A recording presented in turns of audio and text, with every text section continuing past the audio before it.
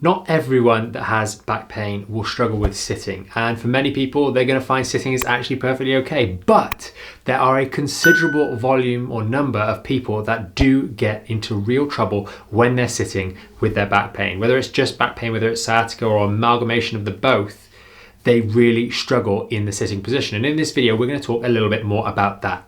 We're going to aim to go through, number one, why is it that your lower back hurts when you're sitting down for any short or long length of time? And then number two, we're going to say, more importantly, what are we going to do with this information? How can we use it to help us better understand how to move forwards with our back rehab and get our back better for the long term? Because there are clues in the why it's painful in the first place, and we need to explore those so we can ultimately get better more effectively.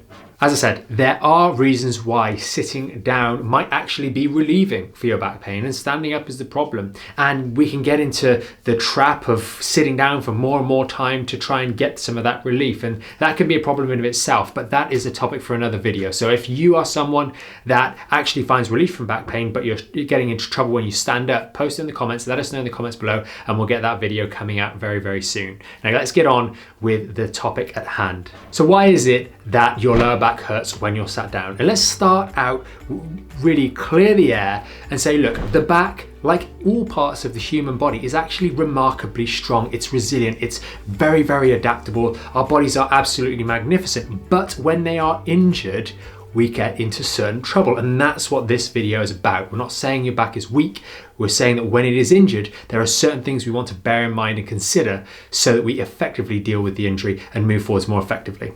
When we have lower back pain, if you've seen any of the other videos on the YouTube channel, you'll know that it's often an injury to this lower section of the spine. Now, it might be a disc bulge, it might be some degenerative change in that lower back that's led to a vulnerability being tweaked or strained. But fundamentally, the role of this part of our spine is to load bear. Particularly speaking, the discs. You can see very clearly the structure of the spine. We've got really two parts. The front part, where the discs and the vertebral bodies are, very large, clearly built for weight bearing. And we've got the back part here. We've got the facets. These form a little column, the articular pillar, that runs down the back part of the vertebral unit. And those, much lesser, they're less built for load bearing. But when we injure ourselves, the common cause, the common site, is going to be these discs on the front. And yes, it will have implications with the back part of the spine as well, but it's this part on the front, the load bearing part, that is injured. So things that increase the compression through that part of the spine are going to make things worse. If we take a little step out for a moment and consider another very strong, very adaptable, very, very resilient structure, our ankles. They're built to deal with leaping and bounding and changing direction, and it's a collection of bones held together by ligaments and supported by muscles, etc. When we injure those structures, if we start hopping on the injured ankle, the sprained ankle, we really run the risk of damaging already weakened tissues. And quite often, as many of you will know from back pain, that first tweak, you may get away with it. It's the second one or maybe the third one where it really goes. And all too often we hear the story of, oh, well, I tweaked my back a couple of days ago lifting a plant pot, but then I went down to put my sock on yesterday morning and it all went completely and I couldn't move at all. I was stuck at 90 degrees. That is very, very common. Now, if we take this injury and tie it back into the process of sitting, when we sit down, particularly with that lower part of the lumbar spine, this is the lumbar 4-5 junction and lumbar 5 sacral 1, the very bottom part of our lumbar spine as it moves into the sacrum. Those joints get put under much more pressure on the front, the disc part, as we sit down in that chair. Not to mention the fact that many of us will inadvertently drop ourselves back into that seat, completely compressing those discs. How many times we hear that people have fallen back onto the coccyx or the lower back, and it's that compression that creates the injury. Well, once we're in an injured state, if we're sitting down, we are invariably putting more pressure through those injured structures, and this is why sitting is a problem.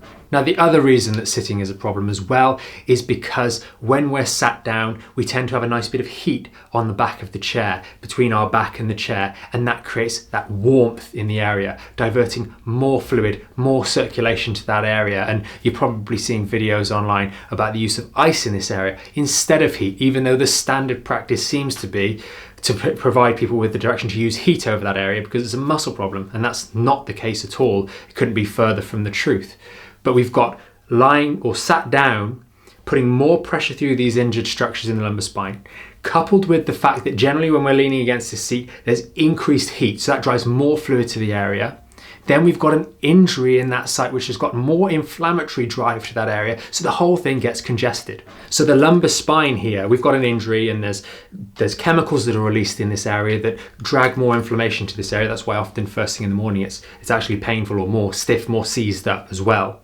But we've got the body's naturally driving more stuff to this area, plus we've got the heat, plus we've got the immobility, and you tend to not sit down for a short period of time. We sat down for 5 minutes, 10 minutes, 15 or more in many cases, even though that may become painful very, very quickly because so much is being driven into this area which is very immobile. The lumbar spine works very, very well at draining excess fluid when we're walking. That's why we encourage people to do walking early on. Just a little bit of movement, because that little bit of movement, like a little sponge, it helps squeeze in and out nutrients, not just driving extra stuff into this area to create congestion. And then what happens is congestion builds up in these little holes. You can see where these nerves are coming out. It builds up, and that's when it starts irritating those nerves. It starts putting pressure on the nerves. We might get some pain down the leg. We might get some pain in the lower back. We might start getting very uncomfortable, that deep aching sensation as well. The final thing to note, which then makes it difficult while we're sat down to then change position, is that when we're sat in that position, we invariably eliminate the lordosis, the natural curve of the lumbar spine. We sit and slouch back into that chair. And you see what happens down here is these little holes open out. They get larger. Abnormally so. It's normal that they have the ability to do that, but sitting like that is an abnormal posture. That would be a better posture, a normal neutral spine. That way too far is obviously extended, and that's a problem too in of its own right, but these are all normal ranges of motion. But staying like that for an extended period, bearing in mind what we just said a moment ago about extra resource, extra fluid, extra inflammation being driven into this area, now all of a sudden we've got a lot of stuff in a big hole. When we go and stand back up to neutral, that hole goes back to its normal size, and all of a sudden you've got a lot of stuff in a small hole, or a hole that was large, and now that hole gets smaller and squeezes down on those nerves. And that's why quite often when you get up after sitting as well, it becomes painful too. Hopefully that gave you more information than was necessary to help you understand why you actually get into pain in the lower back when you're sat down. The important thing is, what are we going to do about that? And the fundamental answer is limit your sitting. Sitting is something that is loading your lumbar spine, loading an injured tissue more than it otherwise needs to be. And we can make arguments about reloading these things in a rehab process, but you're not in a rehab process right now. You have an injury there, and we need to avoid doing things that exacerbate the injury. Much like if you've got an injury on your elbow and there's a scab forming, you don't repeatedly bend the elbow to crack the scab. You habitually know that we want to just let that stay together for a little while so it can actually heal up properly, and then we can start moving again. And that's important to understand that process. And quite often, unfortunately, with back pain, people go along moving the scab so it heals poorly, and they just get stuck into this chronic cycle of sort of low-grade pain and irritation with a little bit of higher peaks every now and then, and it becomes very, very chronic because they haven't allowed the body to go through its normal healing process.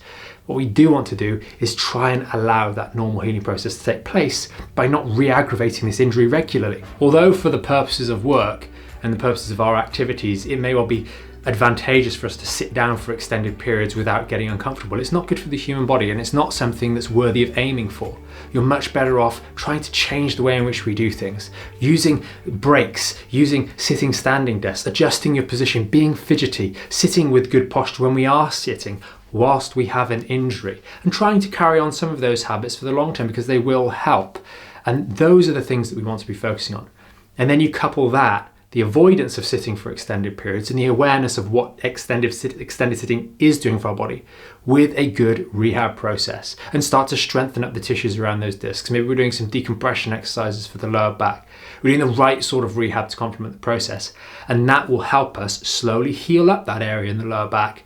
Maybe it's the L4-5 disc, the L5-S1 disc, maybe there's a bit of facet involvement, maybe we've got some degenerative disc disease, maybe we've got a bunch of other issues going on in that area, but it will help heal that up in a reasonable time frame, and then we can start reintroducing sitting for slightly increased ranges of time. Just to give you a final little tip, something to bear in mind.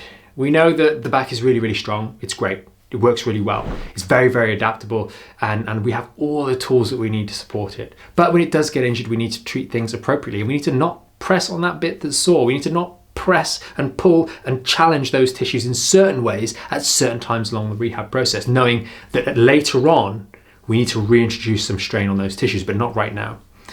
And then when we're doing those things in the short term, we're avoiding the sitting for extended periods. We're doing some good, strong rehabbing processes.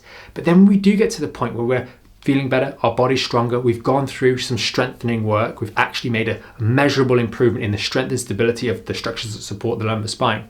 We can then start considering adding in a little bit more sitting, testing the boundaries, see how that lower back deals with an extra 5 minutes of sitting, then an extra 10 minutes of sitting over a period of time, knowing that those tissues that are being strained whilst we're sitting will adapt to that strain over time once they've been through a good healing process, and then we can slowly build that up as is necessary or appropriate. Hopefully you found that video really helpful. Hopefully it's helped you better understand what's going on in your body, why it is something that causes you discomfort or pain when you're sitting down, why that's understandable, and what we can do going forwards. Hopefully if you have found this video helpful, let us know in the comments below. Maybe if you've got a question, maybe something wasn't clear, let us know in the comments below. We can hopefully answer those questions for you too. Hopefully you found it helpful, and if you know someone else that's struggling, then do consider sharing this video with them. Give us a like if you found it useful, and consider subscribing to the channel so you don't miss out on these future videos. Thanks for watching. If you want to learn more about the premium Back in Shape membership, there's going to be a video somewhere underneath here. And if you want to stay up to date or tune in to some of our more recent live streams and the Q&As at the end of those, then that's going to be down here. And remember, you can subscribe to the channel up here and hit the notification bell to make sure you know when we next go live, so you can join us for our next live stream and Q&A.